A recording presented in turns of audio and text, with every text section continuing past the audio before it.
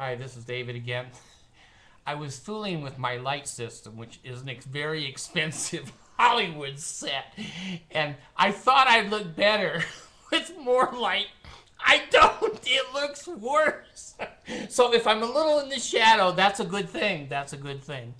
That's why women all look cuter at 2 a.m. when the bar is closing, I guess. Okay, this video is why the Mormons keep saying you can leave the church, but you can't leave it alone. Well, there's a lot of truth to that. I can't leave it alone. It is constant comedy. And I love comedy these days. I have a lot of loud laughter and evil speaking of the Lord's anointed. And I also have light-mindedness. So anyway, here's what I wanted to share with you. I went to my first time. I'm 64 years old tomorrow or the next day, somewhere in there. And I went to a chiropractor for the first time in my life. I never have aches and pains. Being an atheist, we don't have stress. We don't have neck and back and shoulder. That's for the Mormons and the Christians. We don't have that stress. So it was unusual for me to have to go to a chiropractor. My back hurt. Not lower, but the middle of my back. And so I was a little embarrassed, and I went into this young guy. He couldn't be much more than 30, maybe 28. And I walk in, and I have to sit on this table with a hole in it. And I thought, well, is that where you go pee-pee? He goes, no, that's where you breathe. I go, oh, okay, I've never been here before, so don't persecute me. Well, I look up on his counter, and his hands are up, and bones and heads and all these things, and I go, shit, that guy didn't do very well in here. Is that what I'm going to look like? Am I going to be on the shelf? And he goes, no, those are just models. How do I know? But anyway, here's the point of my ridiculous story. On his counter, there is a great big picture of the Salt Lake Temple. And then there's two little plastic calling cards with a picture of Jesus on it and a picture, I don't know, of Moroni, his trumpet, Nephi, the Leahona. It doesn't matter because none of them ever existed, so it doesn't matter what the picture is. So I'm sitting there and looking at it, and he comes in, and you know, I'm bipolar, so we have a tendency to say shit normal people don't say, and we know that because we don't take this life too serious. You know, we don't need Jesus points. An atheist is going nowhere, and we have nothing to do. We just enjoy life day by day and try to be a good person. So I said that it's obvious, this guy, if he wasn't gay, he was gay looking, he was very effeminate looking, effeminate and feminine looking. You know, I just happened to say to him, I said, well, you know, I thought I was in here to get out of pain. He says, oh, I can get you out of pain. I said, yeah, but look at that picture over there. That's giving me emotional pain. He goes, what, that picture of the temple? I go, yeah. What do you advertise in your religion? This is a public place. Well, it's private because you guys own it, I guess, or lease it. And I'm coming in here, and, you know, you got a picture of the Mormon temple on there. I said, I was married in that temple. I don't want to see it. It doesn't have good memories.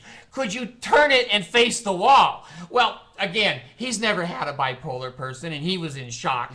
And I said, you know, I don't want to look at that. I said, I have a BYU degree, and I turn it into the wall. Well, you can see I'm lying. It's up there behind me. You can always, I don't lie very good at all. I want to turn it to the wall, but my wife thinks it looks stupid. So, you know, happy wife, happy life.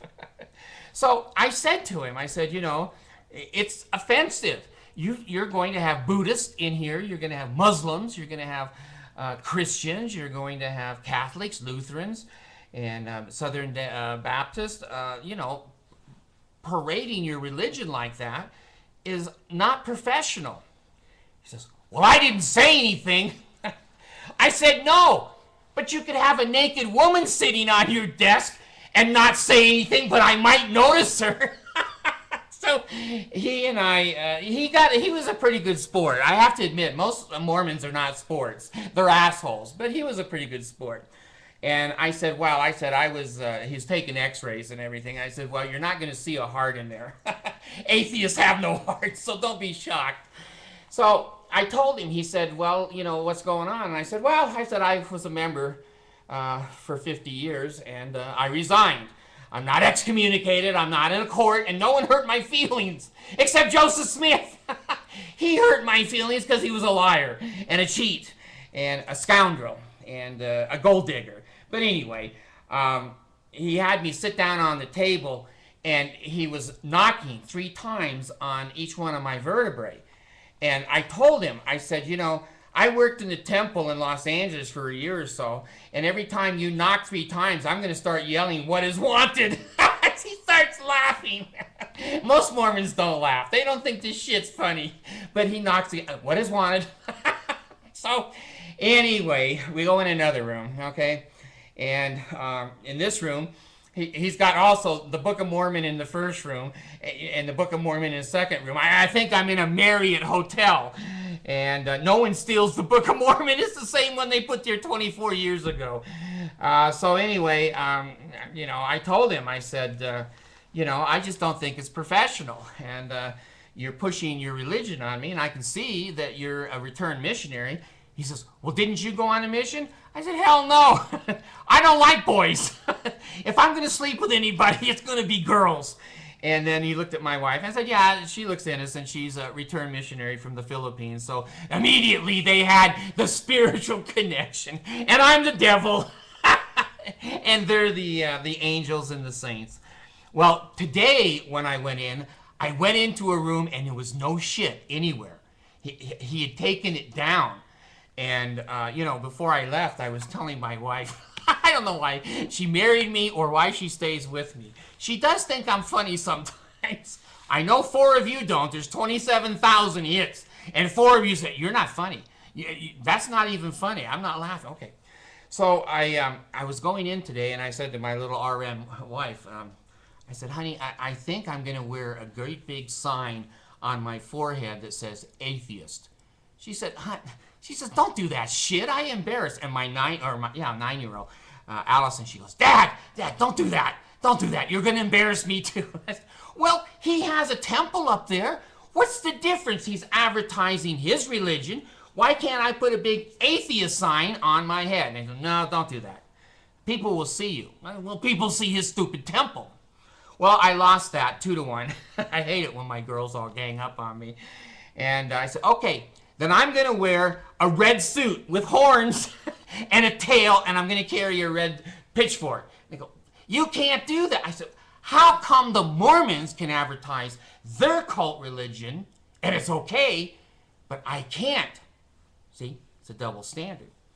And he said to me, well, people leave the church. I said, you don't have to say anything else. You're going to say people leave the church, but they can't leave the church alone. I said, you're right. We can't leave the church alone. Look over there what you're doing to me. You're making me look at your religion.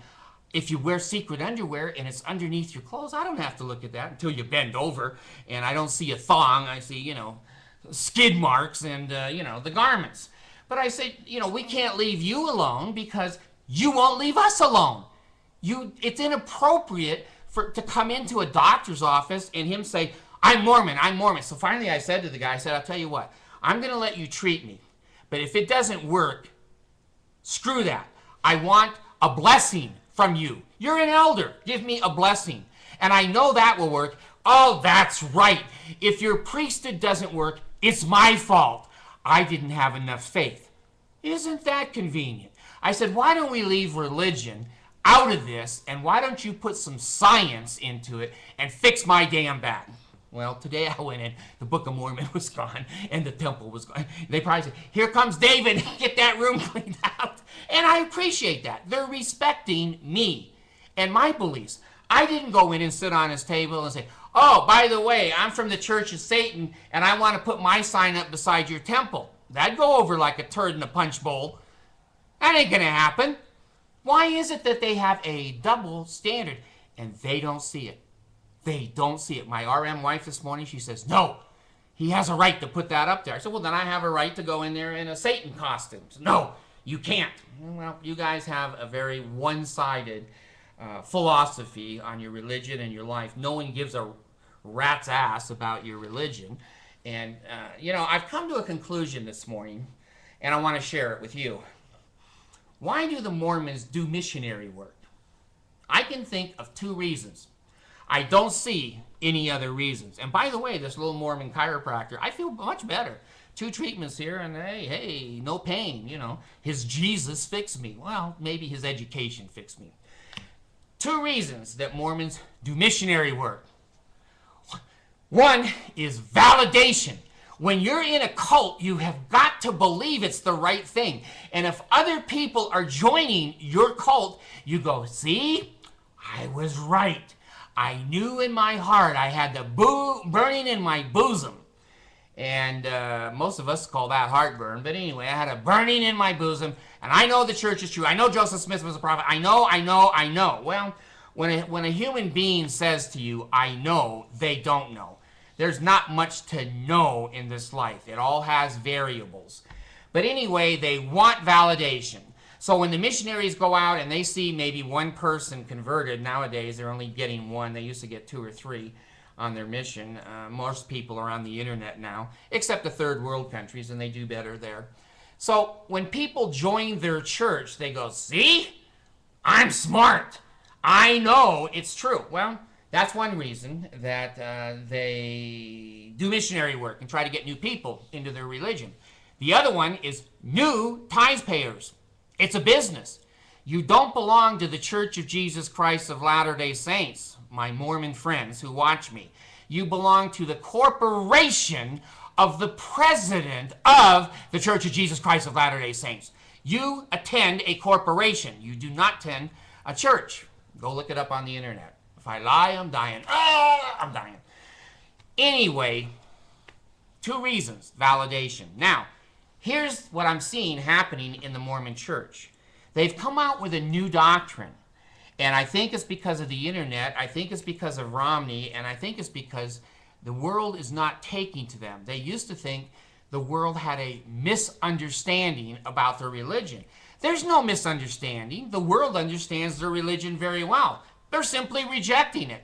Marrying 14-year-olds, cutting the head off of blacks, magic angels and plates that disappear so we can have faith that they were once there. No, people are going, nah, I don't need that. Well, the Mormons can't stand that. Now, Jensen, the outgoing church historian, has really shaken the boat when he said there's more of an apostasy, and it's not an apostasy, it's people resigning after they get the facts, now going on in the Mormon church than has ever happened in the history. So if the Mormon church tries to consider that they think they have 14 million, they don't. They have 4 to 5 million. They're lying about the other amount. And those of us who are resigning, they don't take our names off the records. They hold them on there as if we're still members. And there's hundreds of thousands resigning every year.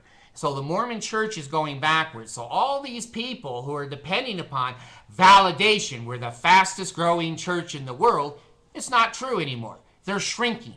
And they're going to deny it. They're going to deny it for a couple of months or years. And then pretty soon they're going to get caught with their panties down. And their new doctrine is going to come up. The rock that was cut out of the mountain, according to the Mormons, that is going to engulf the world, the Mormons believe that they're going to take over the world and their prophet will be working with Jesus to administer every country in the world. Well, that ain't happening, and it ain't even close.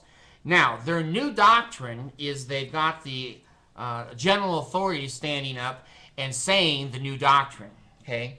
The new doctrine is we don't care what's in the scriptures. We don't care what other prophets have said, whether it's Moses or Abraham or Isaac, Jacob, Daniel, and then, Joseph Smith, Brigham Young, Lorenzo Snow. It goes on, all these people that are self-made prophets and take your money. Their new doctrine is the modern prophet. It's the only thing that is true. And if other men have said something, the modern prophet can overturn it. Well, there's a convenient doctrine for you, because every time now The world conflicts with Joseph Smith marrying 14-year-olds. Monson can stand up at the podium and wiggle his ears, and he can say, well, I'm the prophet now, and we don't endorse marriage to 14-year-olds. He will never say Joseph Smith was wrong to marry 14-year-olds. He'll just say the modern revelation now, just like the modern revelation for polygamy, is we don't practice polygamy now. It's an eternal principle, but the law of the land forbids it. He's going to say, well, we don't endorse today marrying 14-year-olds. We don't endorse today the blacks not having the priesthood. We don't endorse today cutting the heads off of black people and white people who marry them. So it's an organization, my friends, that the internet has basically destroyed. And you may see, if the old boys, I'm old and I forget my own damn name. If I was 85, I'd forget what church I was in. If the old boys figure it out, the Mormon church will survive if these modern day prophets say, well, I've received new revelation and the old revelation is done away with. Well, they did that with tithing. They've done that with polygamy, and I think I'm going to see it coming now with gays and other things. So if the Mormon church basically has all new revelation and has plausible deniability on the history, they got a chance of surviving.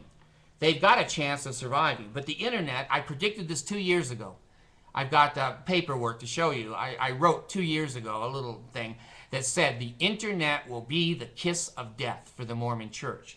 So if Romney stands up and says, well, there's new things that our prophet is teaching us, and the old things have been done away with. Well, that's Christian. See, Christ said, I'm the new and everlasting covenant, and his coming, according to Christianity, was to do away with the law of Moses. So there is precedent for this kind of a belief system. But anyway, Monson can get up and say anything he wants, and he can say, well, whether there were historical Book of Mormon, the Book of Mormon may not be historical, but that doesn't matter. We live by the principles that the Book of Mormon teaches. Whether there was a Moroni or Nephi or Gugai and Bebai and DNA, doesn't matter. The principles of Christ are in there, see? That will still attract new members. But they're pretty much too stupid and too old, and they're too ingrained, and they can't admit, that they've really screwed up, that the internet is telling the truth, and their organization is going backwards, and it may crumble to a certain point. There'll always be some diehards in their organization. So anyway, if you go to a doctor, if you go to a chiropractor, or you go to a hospital or whatever, and you see the Book of Mormon, or you see the temple, you need to say something. Go, you know what? That offends me. Do you want me to come in a Satan suit and put a picture up of Jesus, or of Satan? Jesus' brother, by the way, which is Mormon doctrine, and put it on the counter beside your temple so that I'll be comfortable in here while you're treating me? If people continue to be